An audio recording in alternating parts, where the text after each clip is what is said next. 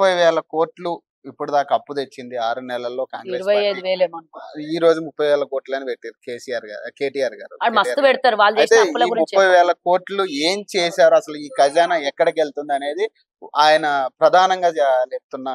మీలాంటి దరిద్ర ప్రభుత్వము ఏ రోజు కూడా ఎవరు కూడా చేయరు. గతంలో కాంగ్రెస్ ప్రభుత్వము మీకు 54 ఏళ్ళు 55 ఏళ్ళు పరిపాలన చేసి మీకు తెలంగాణ అప్పచెప్పినప్పుడు కేవలం 57,000 కోట్ల రూపాయలు అప్పు ఉండే, 17,000 కోట్ల రూపాయల మిగులు బడ్జెట్ ఉండే. నువ్వు 10 ఏళ్లు మూసేసరికి ఎన్నడూ ఎవడు కూడా అంత దుర్మార్గం చిన్న రాష్ట్రానికి చేయనటువంటి అప్పు 10 లక్షల కోట్లు మా నెత్తి మీద భారం మోపిన ఈరోజు. మా ప్రభుత్వం ఏర్పడే నాటికి మీరన్నట్టు 7 లక్షల కోట్లు కాదు, అది 10 లక్షల కోట్ల అప్పు. ఇంకా తోకుంటూ పోతే వస్తూనే ఉంటాయి.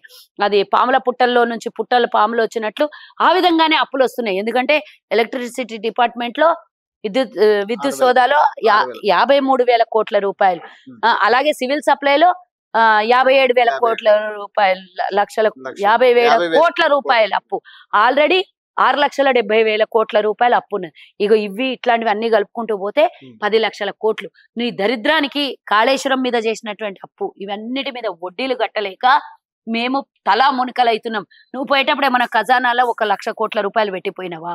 ఖజానా ఖాళీ పెట్టిపోయినావు. వచ్చిన తర్వాత ఇమీడియట్ గా ఉద్యోగస్తులకు రైతు బంధుకు వేయాల్సినటువంటి 7,000 కోట్లు కూడా మొత్తం ఖాళీ చేసిపోయినటువంటి మీరు ఈ రోజు వచ్చి మాకు అడుగుతారా? మేము మొన్న ఈ రోజు ప్రతి నెల 350 కోట్లు ఆర్టీసీకి ట్రాన్స్ఫర్ చేస్తుంది ప్రభుత్వము.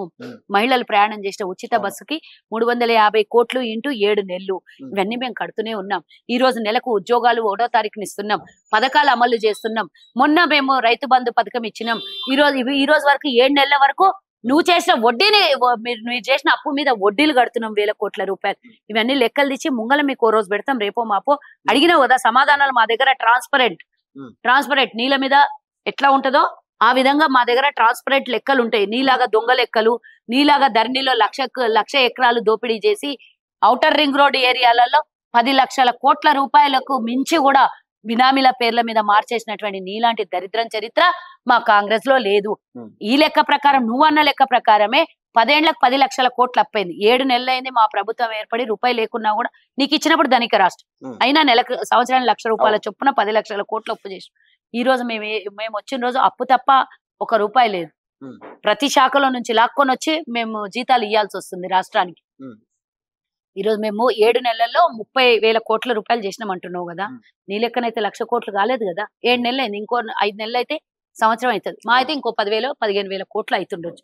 అంటే నీ లెక్క ప్రకారం నువ్వు చేసిన అప్పుకు వడ్డీ కడుతూ ప్రభుత్వాన్ని నడిపిస్తూ పథకాలను అమలు పరుస్తూ మా అంచనాలు ఎలా ఉన్నాయి? నువ్వు ఇన్ని అప్పులు చేసి అవసరమైన కాడల్లా భూములు అమ్ముకుంటూ పోయినావు. మేము వచ్చి 7 నెలలు ఎక్కడైనా ఒక్క ఎకరం అని నమ్మినమా? ప్రభుత్వం వేలం వేసి అమ్మినమా? మరి ఈ విధంగా మేము ప్రభుత్వం ట్రాన్స్పరెంట్ గా పరిపాలన చేస్తుంటే మా మీద నీకు అక్కస్సు, ప్రజలకు ఎక్కిచ్చి ప్రజలకి ఏదో డైలోమాలో తీసుకొని పోయి ప్రజల మైండ్ డైవర్షన్ చేయాలంటే ఎవరు నమ్మే పరిస్థితిలో లేరు. నీకు ఇనే పరిస్థితిలో నమ్మేది వరకు ఎవరు ఉన్నారు నీకు చెప్పండి. మీరు అడుగుతున్నారు కాబట్టి నేను సమాధానం చెప్తున్నాను. మేము కేవలం ప్రజలకు చెప్పుకోవాలి. ఎవ్రీ డే మాది అనేది రోజు ప్రిన్సిపల్ గా 14 గంటలు మా ముఖ్యమంత్రితో సహా మంత్రులందరూ పనిచేస్తున్నారు. మాకు ప్రిన్సిపల్స్ ఉన్నాయి. ప్రజల పాలన 10 ఏళ్ల వరకు పూర్తి స్థాయిలో అందేటట్టు విజన్ 2050 లెక్కలు వేసుకున్నాం మేము. మీలాగా 13 నుంచి 24 వరకు, 14 నుంచి 23 వరకు కథం పట్టించి రాష్ట్రాన్ని పోవాలనే ఉద్దేశం మాకు లేదు. వచ్చే ప్రభుత్వాలైనా సరే, భావి భారత పౌరులకు ఎవరికైనా సరే, రాష్ట్రంలో నివసించే ప్రతి ఒక్క పౌరునికి సదుపాయంగా ఉండేటట్టు కాంగ్రెస్ ప్రభుత్వం ప్రతి ఒక్క నిమిషం ఆలోచించి అడుగులేస్తోంది. ఈ రోజే రేవంత్ రెడ్డి గారు చెప్పారు, ఇందాక మీరు వినుంటారు, క్యాన్సర్ హాస్పిటల్కి వెళ్ళొచ్చిన తర్వాత మేము ఒక అధునాతమైనటువంటి ఒక ఇది స్పాట్ తయారు చేస్తున్నాం. 500 నుంచి 1000 ఎకరాల్లో శంషాబాద్ సరౌండింగ్ లో తయారు చేస్తున్నాం అన్న. ఇవన్నీ మేము ప్రజల కోసం కదా చేస్తున్నాం. మరి ఎందుకోసం?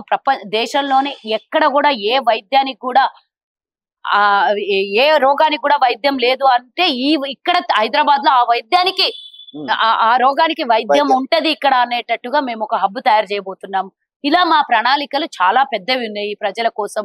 హైదరాబాద్ అంటే వేరే రాష్ట్రాలతో పోటీ పడ్డం కాదు. మా తెలంగాణ అంటే ప్రపంచంతో పోటీ పడే స్థాయికి, దేశాలతో పోటీ పడే స్థాయికి తీసుకురావాలని మా ఆలోచనలు ఉన్నాయి. మా ఆలోచనకి మీరు అడ్డం వచ్చినా తొక్కుకుంటూ పోవడమే తప్పించి ప్రజాపాలనలో ఎలాంటిది వెనకడుగు వేసేది లేదు.